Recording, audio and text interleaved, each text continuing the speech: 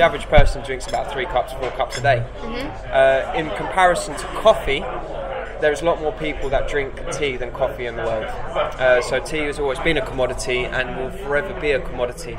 You can go to any house in Britain and you can search the pantry, and I guarantee you will always find some tea in a household. You may not find coffee, you may not find alcohol, but you will pretty much always find tea in a house. So tea is very much a part of an English culture.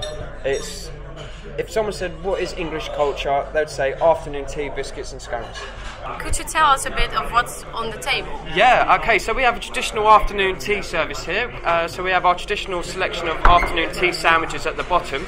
On the second tier of our plate, we have our raisin scones. Traditional English baked scones, so they're done in the oven, fresh on our premises every afternoon. And then at the top deck, which is the Pierre de Resistance, we have our macaroons, we have our Battenberg, we have our cheesecake as well, we have a raspberry macaroon, we have donuts, we have eclairs. This is just like finger heaven. My personal favourite, one of these, is actually the Prince Battenberg cake, which was named after the 2 Austrian princes. Which one is it?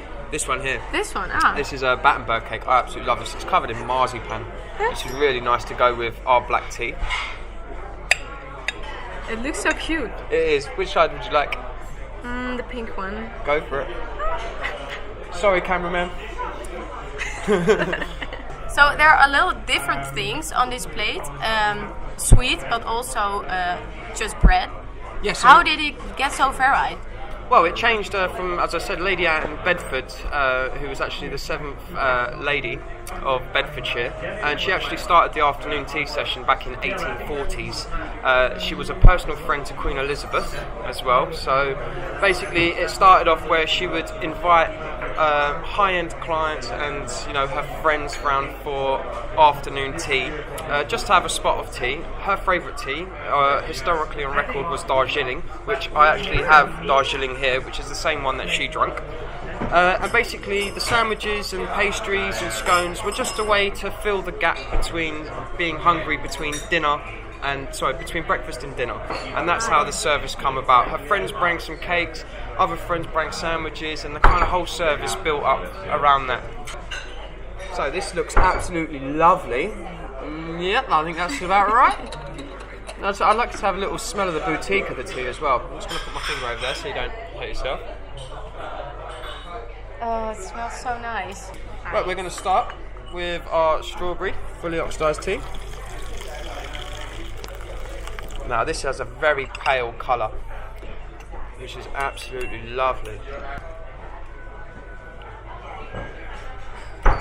Oh, that's good. I do like that. For the future of tea, I hope to see that tea can bring people together. I don't really drink alcohol because people say things and act silly ways, but you'll never get that if people drink tea. People will always be level-headed, people will always be able to talk business, and people will always be able to have respect for each other. So afternoon tea, for me, I see in the future as being a thing of class, and it's a social status. It's a standard for which we'd like to set for all the young people. Not to go out drinking on a Friday night and have really heavy. That for me, that's not culture. And I hope that with my knowledge and my passion, my flair and just charisma for afternoon tea, I can actually introduce more young people to afternoon tea, and hopefully they can introduce it to other people, continuing our legacy of afternoon tea.